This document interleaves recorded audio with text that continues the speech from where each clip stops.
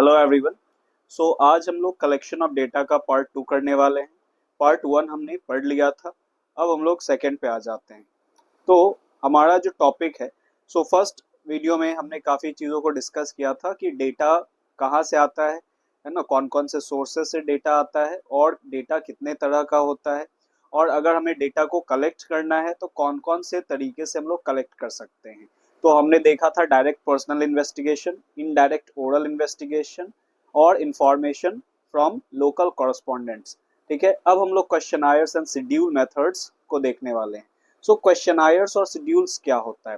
तो देखो, क्वेश्चनायर्स और शेड्यूल्स है एक ही चीज है। उसका सिंपल मतलब है कि सेट ऑफ क्वेश्चन। ठीक है, सेट ऑफ क्वेश्चंस, ये दोनों एक ही चीजें हैं। चाहे हम लोग क्वेश्चनायर का बात करें या शेड्यूल का बात करें, बस कलेक्ट करने के तरीके से एक को क्वेश्चनायर दूसरे को शेड्यूल कहा जाता है। ठीक है, सो क्वेश्चनायर्स क्या है? क्वेश्चनायर्स एक फंडामेंटल इंस्ट्रूमेंट है जिससे हम लोग इंफॉर्मेशन गैदर करते हैं, है ना। सो क्वेश्चंस के थ्रू हम लोग इंफॉर्मेशन गैदर करते हैं। सो यहाँ पे क्या किया जाता है, क्वेश्चंस को दे दिया जाता है और वहाँ पे जो इंफॉर्मेंट्स होते हैं या रिस्पोंडेंट्स होते हैं वो खुद फिलअप करते हैं। वही शेड्यूल में क्या होता है, शेड्यूल में यहाँ पे सेट ऑफ क्वेश्चंस तो होता है, लेकिन यहाँ पे जो इन्वेस्टिगेटर जा रहा है या एन्यूमरेटर जा रहा है वो खुद सवालों को पूछ के खुद से फिलअप करता है ना। वो खुद से यहाँ पे क्या करता है, फिलअप करता है।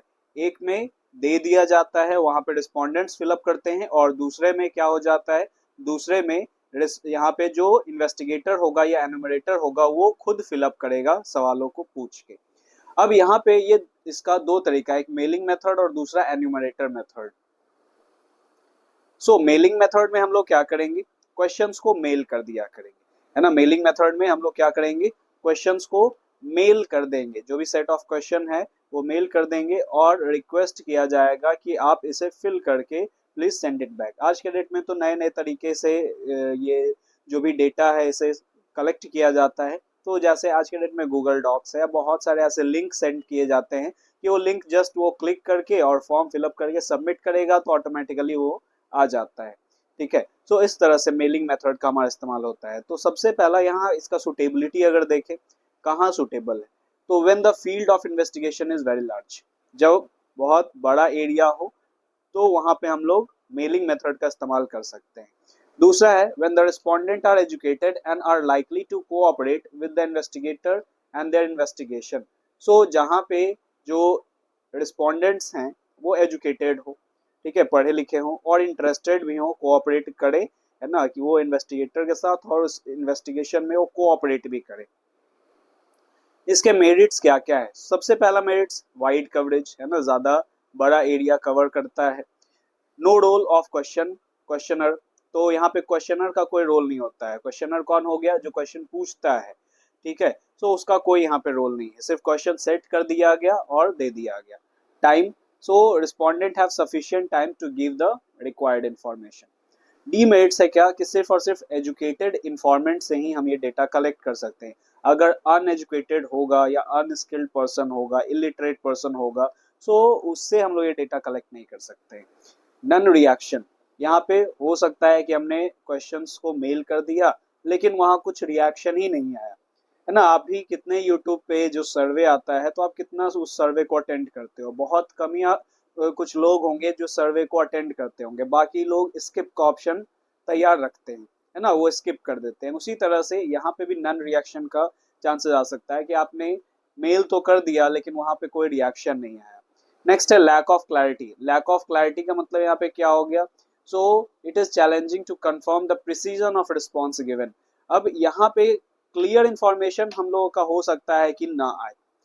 कैसे? तो आप जैसे मान लेते हो कि आप ही को अगर कोई क्वेश्चन सेंड किया गया, है ना, टिक करने हैं, तो आप पढ़ पढ़ के टिक कर रहे हो या बस ऐसे ही रैंडमली किसी क्वेश्चंस को, किसी ऑप्शंस को आपने टिक कर दिया, तो यहाँ क्लियर हमें पता नहीं चलेगा डेटा। ठीक है, feasibility, to check feasibility of data collected a pilot study is essential in this technique. अब इसमें क्या हो गया कि वो जो डेटा हम लोग सेंड करने वाले हैं या जो डेटा कलेक्ट हुआ है उसके एक्यूरेसी को, या यहाँ पे हम लोग देख ले कि वो चेक कैसे किया जाएगा, तो एक पायलट स्टडी के थ्रू ये किया जाता है। पायलट स्टडी का मतलब क्या हो जाता है कि स्मॉल ग्रुप पे उसे चेक किया जाता है और फिर उसे मेन स्ट्रीम में लेके आया जाता है। ठीक है, नेक्स्ट है enumerator method. Now enumerator method किसे कहते हैं? सो एन्यूमरेटर किसे कहते हैं ये आपको मैंने बताया। एन्यूमरेटर कौन हो गया? जो भी पर्सन एक मतलब यहाँ पे क्या हो गया, एक टीम बनाया जाता है, तो बेसिकली कुछ पर्सन्स को ट्रेन किया जाता है कि वो डेटा को कलेक्ट कर पाए, है ना, जो भी फील्ड वर्क है वो फील्ड वर्क को कर पाए। सो वो प्रॉपर डेटा को कलेक्ट कर ले, प्रॉपर उसी के लिए उन्हें ट्रेनिंग वगैरह दिया जाता है, तो ऐसे पर्सन को एन्यूमरेटर कहते हैं। सो इन्वेस्टिगेटर एन्यूमरेटर्स को अपॉइंट करता है। This method is generally used by semi-government organizations, government, research institution, etc. The questionnaires filled by the investigator is known as schedule. So यहाँ पे इन्वेस्टिगेटर जो जा रहा है या एन्यूमरेटर का बात कर ले, तो वो ही इसे क्या करता है, फिल करता है ना। वो जाके उससे पूछेगा सवाल और फिर उसका जवाब वो क्या करेगा, सामने वाले से जो मिलता है वो उसे फिल करेगा। सो ये एन्यूमरेटर मेथड में होता है। जनरली आपने इसको देखा होगा, जैसे जब जनगणना होता है तो जो लोग आते हैं हमारे घर में, है ना, वो एन्यूमरेटर्स जनरली होते हैं। वो क्या होते हैं कि वो हमारे घर में आते हैं एक सेट ऑफ क्वेश्चंस के साथ और उससे उस वो सवाल पूछते हैं और फिर खुद ही फिलअप करते हैं। सो ये डेटा कहाँ सुटेबल होगा? So when adequate finance and trained enumerators are available to cover a wild field. तो सबसे पहला कि जहां पे हमारे पास क्या होगा कि जो एन्यूमरेटर है वो एन्यूमरेटर क्या हो, ट्रेन्ड एन्यूमरेटर हो। और दूसरा कि हमारे पास फाइनेंस भी होना चाहिए कि एन्यूमरेटर्स को अपॉइंट करेंगे तो उसे पेमेंट भी हमें करना पड़ेगा। सो हमारे पास प्रॉपर क्या होना चाहिए, फाइनेंस भी होना चाहिए ऐसे डेटा को कलेक्ट करने के मेथड को अप्लाई करने के लिए, और सामने वाला एन्यूमरेटर्स को हमें ट्रेन भी करना पड़ेगा। Okay, when the respondents are not literate, तो सामने वाला जो रिस्पोंडेंट है वो लिटरेट ना हो तो उसमें भी हम इसका फिर इस्तेमाल कर सकते हैं। अब आगे हम लोग देखते हैं इसके मेरिट्स को कि मेरिट्स क्या क्या है इसका। सो मेरिट्स में अभी हम लोग देख ले, सबसे पहला अनएजुकेटेड पर्सन्स। तो अनएजुकेटेड पर्सन्स यहाँ पे क्या हो गया कि अब जो हमारा मेलिंग क्वेश्चनर मेथड का डीमेरिट था वो यहाँ पे क्या हो गया, हमारा कवर हो जाता है कि जो अनएजुकेटेड पर्सन्स भी है तो कोई दिक्कत नहीं है यहाँ पे, क्योंकि साथ में एनुमरेटर जा रहा है वो फिलअप कर देगा इससे। असिस्टेंस, तो respondents can address perplexing and troublesome inquiries with assistance of the enumerator. तो अगर मान लेते हैं किसी सवाल में अगर प्रॉब्लम भी हो रहा है रिस्पोंडेंट्स को, ठीक है, सो वहां पे असिस्ट करने के लिए एनुमरेटर्स होते हैं। उसे वो क्वेश्चंस को अच्छे से समझाया जाता है कि किस बारे में ये क्वेश्चन है, क्या है ना, ये चीजें। लेस चांस ऑफ बायस, तो यहाँ पे बायसनेस का कम चांस होता है, क्योंकि एक तो सबसे पहला कि बड़े एरिया को चूज किया गया और जो एन्यूमरेटर्स को अपॉइंट किया जाता है तो वो अधिकतर तौर पे ऐसा होता है कि वो सामने वाले से फेमिलियर नहीं होते, यानी कि सामने वाले को वो जान नहीं रहे। तो अब जानेंगे नहीं तो यहाँ पे बायसनेस का ज्यादा फिर फर्क नहीं पड़ता है। ठीक है, नेक्स्ट है reliability. So the data collected is more reliable and correct. So जो डेटा है जो कलेक्ट हुआ है वो रिलायबल और करेक्ट भी हो सकता है, क्योंकि ट्रेन पर्सोनल यहाँ पे जा रहे हैं, है ना। रिस्पॉन्सिवनेस, तो यहाँ पे नन रिस्पॉन्स का बहुत ही कम चांसेस होता है, क्योंकि एनुमरेटर जा रहा है और सवाल पूछेगा तो सामने वाले रिस्पॉन्स करेंगे इन इन कंपैरिजन टू मेलिंग। तो मेलिंग में तो हमने किसी को भी सेंड कर दिया है, वो रिस्पॉन्स करे या ना करे वो अलग बात हो जाती है, लेकिन यहाँ पे सामने से एक पर्सन जा रहा होता है। ठीक है, नेक्स्ट है डीमेरिट्स। तो डीमेरिट्स क्या है, कॉस्टलियर है, क्योंकि एनुमरेटर्स को अपॉइंट करेंगे तो उसे पेमेंट तो करना होगा। नेक्स्ट है टाइम कंज्यूमिंग, समय लगता है, ऑब्वियसली लार्ज एरिया ये कवर करता है, तो लार्ज एरिया जब कवर करेगा तो बहुत सारे एनुमरेटर्स को अपॉइंट किया जाता है और उन्हें पर्सनली भेजा जाता है कि आप रिस्पोंडेंट से सवाल पूछो, तो ऐसे में समय तो लगेगा। नेक्स्ट है स्किल पर्सोनल चाहिए कि उन्हें प्रॉपर टेक्निक आना चाहिए, वो ट्रेंड होने चाहिए, तभी ये सक्सेस हो सकता है ये मेथड। नेक्स्ट है पर्सनल बायसनेस। तो पर्सनल बायसनेस में यहाँ पे क्या हो गया कि कभी कभी डेटा बायस भी हो जाता है कि जब ऐसे एन्यूमरेटर जा रहा है ना, तो वो उस पर डिपेंड कर रहा है ना, कि वो सामने वाले की बातों को वो मान रहा है या नहीं मान रहा है ना, और क्योंकि फिल तो खुद ही कर रहा है तो कुछ अलग भी फिल कर सकता है, ऐसे केसेस हो सकते हैं। ठीक है, नेक्स्ट है अफोर्डेबिलिटी। सो ये बड़े ऑर्गेनाइजेशन के द्वारा ही अफोर्ड किया जा सकता है, जिनके पास अच्छा फाइनेंस हो, है ना, और एक अच्छा टीम हो और जो ट्रेन भी कर सके पर्सनल्स को। अब आ जाता है हमारे पास कि टाइप्स ऑफ क्वेश्चनायर्स की, क्वेश्चनायर्स कितने टाइप के होते हैं। सो क्वेश्चनायर्स बेसिकली दो टाइप्स के होते हैं, एक स्ट्रक्चर्ड क्वेश्चनायर होता है, एक अनस्ट्रक्चर्ड क्वेश्चनायर होता है। सो स्ट्रक्चर्ड क्वेश्चनायर जो है वो क्लोज्ड क्वेश्चनायर्स भी उसे कहते हैं।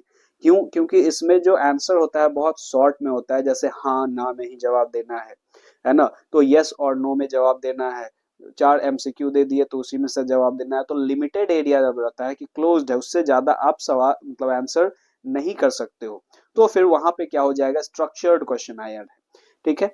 और इसे पहले ही प्रिपेयर कर लिया जाता है, वो एक फॉर्मल स्ट्रक्चर में पहले ही से प्रिपेयर्ड कर लिया जाता है एडवांस में ही जाने से पहले। ऐसा नहीं कि वहां जा रहे हैं तुम क्वेश्चंस प्रिपेयर कर रहे हैं और फिर क्वेश्चन को फ्लेक्स करके मोल्ड करके हम पूछ रहे हैं, ऐसा नहीं होगा, ठीक है। सभी को सिमिलर ही क्वेश्चंस मिलेंगे, फॉर्मल होगा, वेल प्रिपेयर्ड, एडवांस में होगा।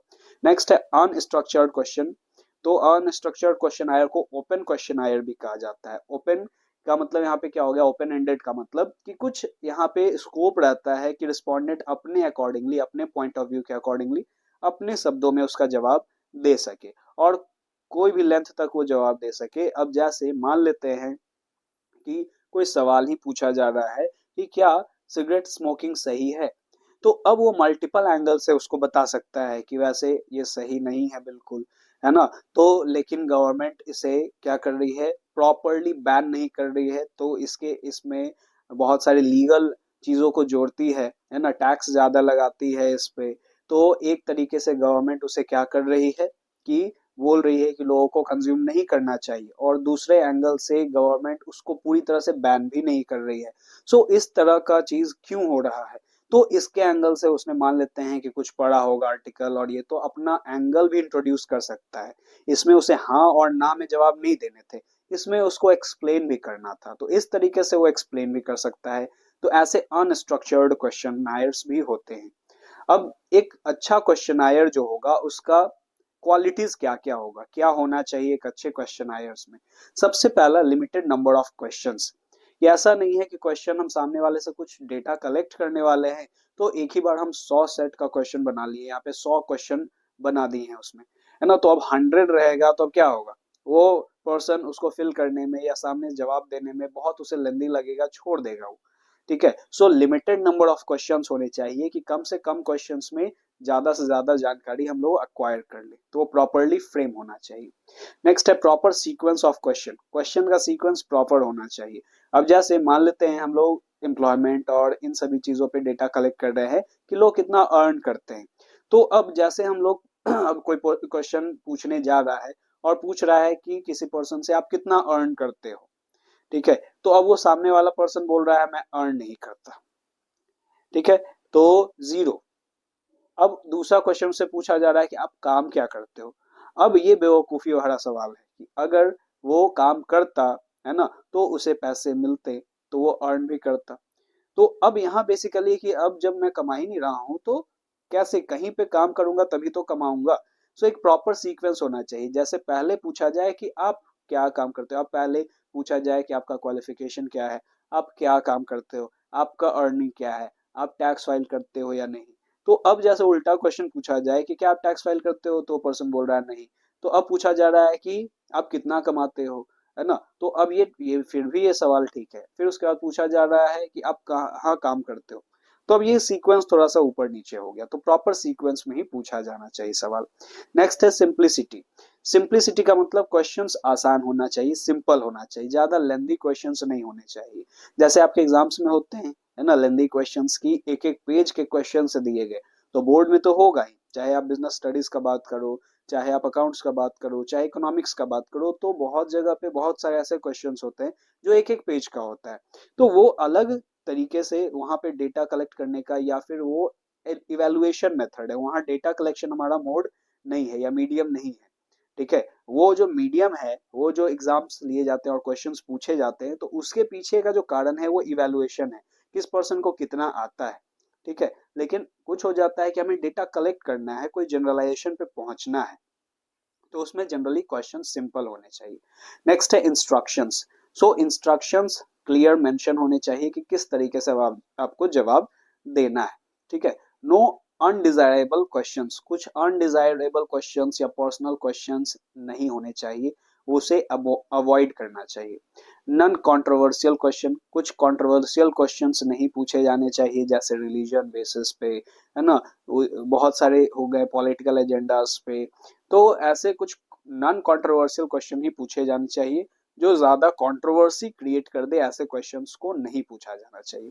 नेक्स्ट है कैलकुलेशंस नहीं होना चाहिए क्वेश्चंस में, क्वेश्चनायर्स में, है ना, तो ऐसा देखा अवॉइड करना चाहिए कैलकुलेशन बेस्ड क्वेश्चंस, क्योंकि अगर हम सामने वाले से कुछ सवाल पूछ रहे हैं उसे कैलकुलेशन दे देंगे, वो क्या हो जाएगा, उसे नहीं करना चाहेगा, लेंदी समझ के उसे छोड़ देगा, टाइम कंज्यूमिंग समझ के उसे छोड़ देगा, कॉम्प्लेक्स समझ के उसे छोड़ देगा, ठीक है। नेक्स्ट है ऑब्जेक्टिव टाइप क्वेश्चंस होंगे तो ज्यादा अच्छे होंगे, है ना, कि वो जल्द से जल्द हो भी जाएंगे, ठीक है, और वो फोकस करता है एक पर्टिकुलर डेटा पे, ठीक है।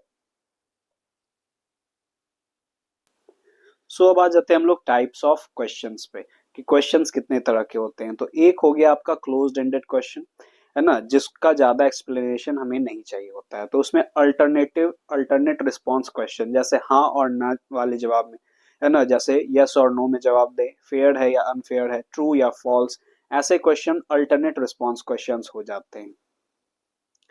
फिर हो जाते हैं मल्टीपल चॉइस क्वेश्चंस, तो जिसमें चार पांच एक पर्टिकुलर सेट ऑफ कुछ चॉइसेस दिए रहते हैं, उसमें से पर्सन को आंसर करना होता है। नेक्स्ट है रेटिंग स्केल और ऑर्डिनल टाइप क्वेश्चन। सो अब रेट करना है, तो जैसे एक क्वेश्चन यहाँ पे है कि पीएच ऑफ वाटर इज, सो अब बेसिकली इस तरह से इसे पूछा जा रहा है, ऑप्शंस दिए जा रहे हैं कि आप कितना पे स्केल करोगे इसको। फिर उसके बाद ranking type of question, so rank करना है, जैसे मोस्ट पीसफुल कंट्री, अब यहाँ पे लिस्ट दे रखा है, सो अब इस लिस्ट में से उसे रैंक करना है, कितने जो लिस्ट दे रखे हैं इसमें टॉप नंबर पे कौन है, सेकंड नंबर पे कौन है, सो रैंकिंग टाइप क्वेश्चंस भी हो सकते हैं।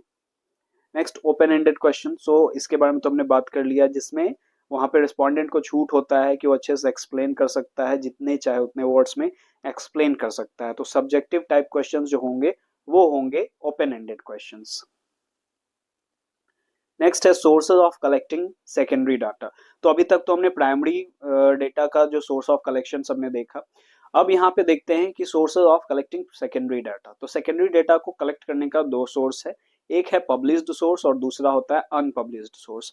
दोनों में डिफरेंस क्या है, पब्लिश्ड का मतलब क्या हो गया, जो ऑथराइज्ड हो गया, ठीक है, जिसको पब्लिश कर दिया गया है और माना गया है कि ये सही है, और ये प्रॉपर स्टैटिस्टिक्स और इसमें सभी चीजें हमें मेंशन रहती हैं कि कौन से सोर्सेस से आया है, कहाँ से डेटा कलेक्ट किया गया है, ईच एंड एवरी इंफॉर्मेशन उसमें मेंशन होता है, और लोग ज्यादा उस पर भरोसा भी करते हैं पब्लिश्ड सोर्सेज पे, ठीक है। नेक्स्ट है, अब इसमें क्या क्या आ जाएगा, तो गवर्नमेंट पब्लिकेशंस हो गया, तो गवर्नमेंट की बहुत सारी ऑर्गेनाइजेशंस हैं जो पब्लिश करती है डेटा, दोनों सेंट्रल स्टेट लेवल पे, ठीक है, टाइम टू टाइम वो डेटा कलेक्ट करके वो पर्टिकुलर पोर्टल्स पे डालती रहती है, ठीक है।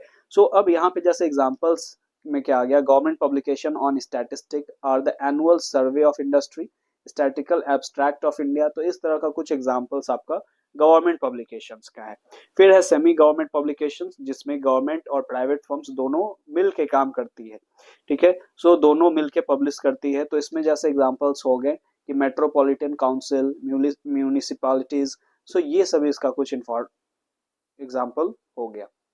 नेक्स्ट है पब्लिकेशन ऑफ ट्रेड एसोसिएशन, बहुत सारे ट्रेड एसोसिएशंस होते हैं, वो भी time to time data publish करते रहते हैं, जैसे sugar mill association regarding different sugar mills in India, फिर चैम्बर ऑफ कॉमर्स हो जाता है ना, इस तरह के बहुत सारे। फिर जर्नल्स एंड पेपर्स, तो बहुत सारे journals, magazines, newspapers particular data को कलेक्ट करके वो पब्लिश करते हैं, ठीक है।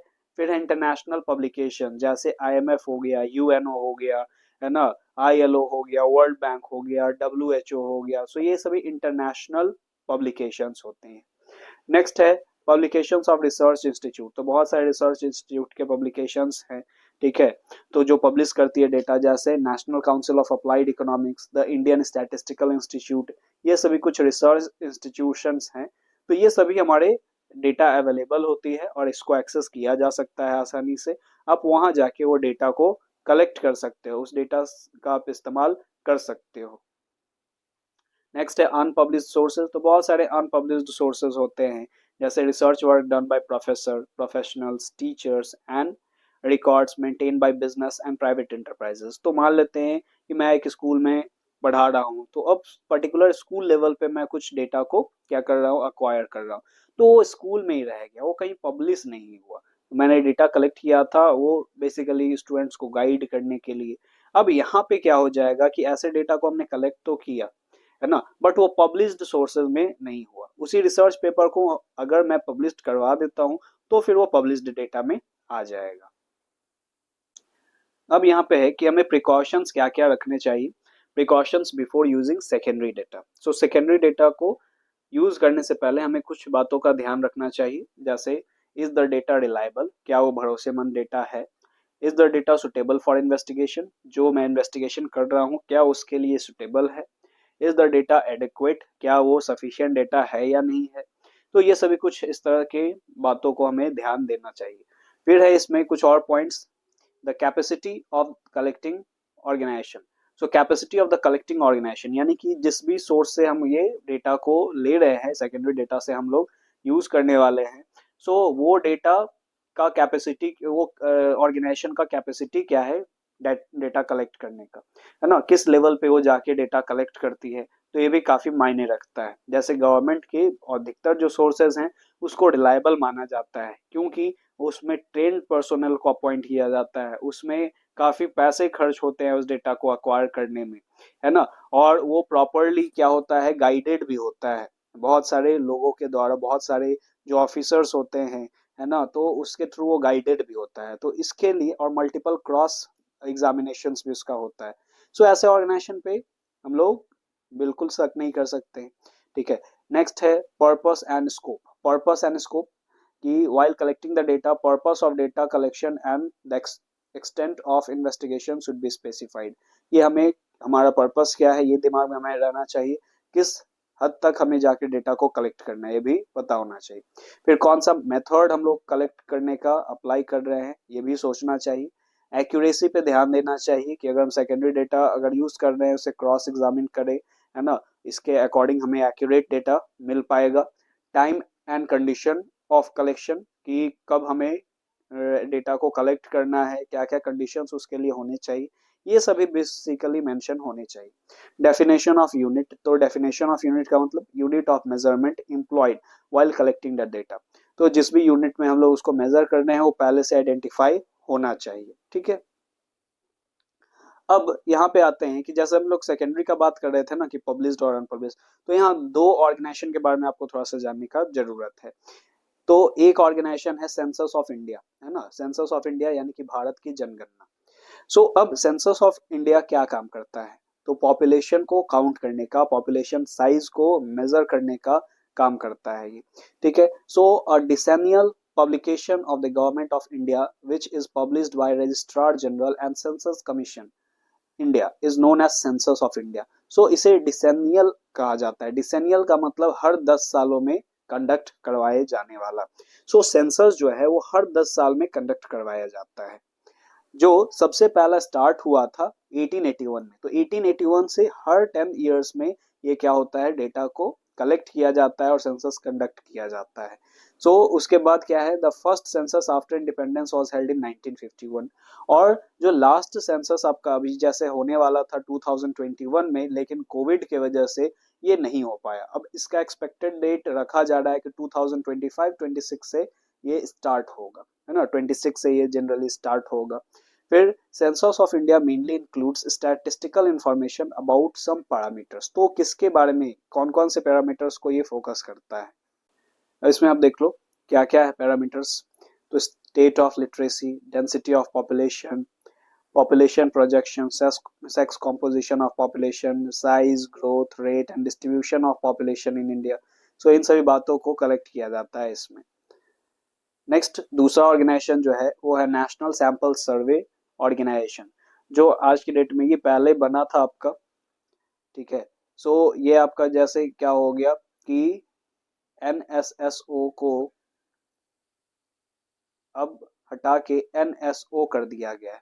तो अब ये जो स्टैब्लिश हुआ था तो ये किस चीज के लिए हुआ था और क्या काम करता था, सो इट इज अ यहाँ पे it is a government organization that comes under Ministry of Statistics and Program Implementation. The organization helps in collecting data by conducting regular sample survey for collection of basic statistical information related to different economic activities in rural and urban areas. तो था क्या, जैसे census तो हर 10 साल में होता है, तो अगर 10 साल से पहले भी उसके बीच में हमें इंफॉर्मेशन का जरूरत पड़ेगा तो वो कौन प्रोवाइड करवाएगा, तो ये एनएसएसओ का काम था। ठीक है, जैसे एम्प्लॉयमेंट रिलेटेड, एम्प्लॉयमेंट और अनएम्प्लॉयमेंट का status, land and living, life stock holding, consumer expenditure in India, तो इस तरह के कुछ इंफॉर्मेशन को ये कलेक्ट करता था जो हमारा टाइम टू टाइम अपडेट होते रहता था, जो कि 2019 में इससे हटा के एनएसओ में डाल दिया गया है, नेशनल स्टैटिस्टिकल ऑर्गेनाइजेशन।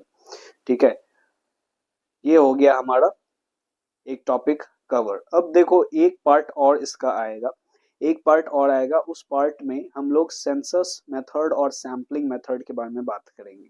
वो काफी लंबा कॉन्सेप्ट था, इसीलिए मैंने उसके लिए एक अलग सेपरेट वीडियो बनाने का डिसाइड किया है। अगर एक में तीनों को कंक्लूड करेंगे तो काफी लंबा चैप्टर है ना, और काफी ये लेंदी भी हो जाएगा एक वीडियो में कवर करना। सो इसलिए हम लोग पार्ट बाय पार्ट ये कर रहे हैं, और वो डिस्क्रिप्शन में हर एक पार्ट मेंशन भी होगा। ठीक है, सो आपको ज्यादा इसके लिए टेंशन नहीं लेना है, आप बस आगे कंटिन्यू करते रहो। ठीक है, और आपका जितना भी स्टडी का जो भी पोर्शन है, जो भी सिलेबस है, वो टाइमली कवर हो जाएगा, और वो भी डिटेल में होगा, अच्छे से होगा। Okay, thanks for watching, thank you everyone.